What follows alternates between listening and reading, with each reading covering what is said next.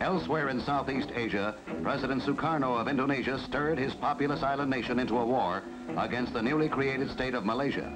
Sukarno's paratroopers dropped into the Borneo jungle, but met a swift end as Malay troops mopped them up. A petty war, but in the perilous 60s, any war is a worldwide danger.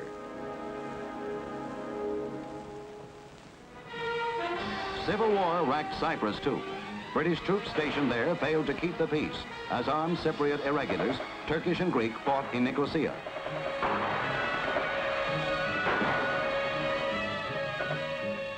Outnumbered 5-1, the Turks fared badly. To halt the fighting, the UN moved in. Cyprus President Makarios saw an opportunity to oust his foes, and nationalizing the Greek irregulars, he blockaded the Turks. Forced out of jobs in Greek Cypriot cities, blockaded in their own, the Turks claimed they faced disease and starvation.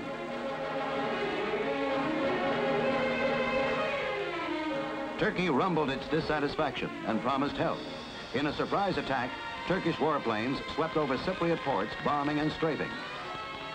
The UN again rushed to ease tension and negotiated a truce, lifting the blockade and allowing Turkey to rotate its Cyprus garrisons. In the Congo, it was another year of chaos as the UN ended its peacekeeping mission. To restore order, Moise Tschombe was summoned from exile to Leopoldville to replace Cyril Adula as head of the Congo government. Tschombe forged a cadre of white mercenaries to lead the Congolese army against the rebel tribesmen.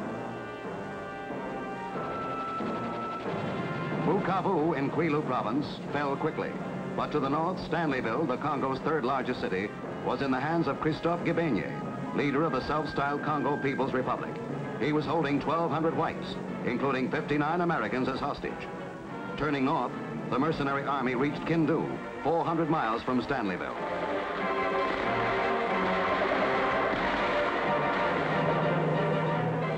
But the slaughter of the hostages was imminent.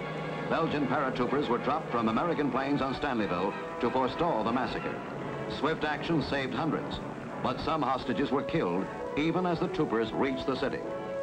American Dr. Paul Carlson, who had been a political pawn for the rebels, was murdered in Stanleyville along with scores of other whites. Gibenye escaped with his soldiers. The Belgians moved on for additional rescue missions. Communist and African nations screamed imperialism as the United States vowed it would exact justice from the murderers.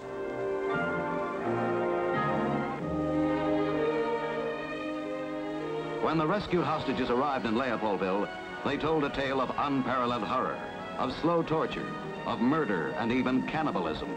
And so the chaos that welcomed Congolese independence continued.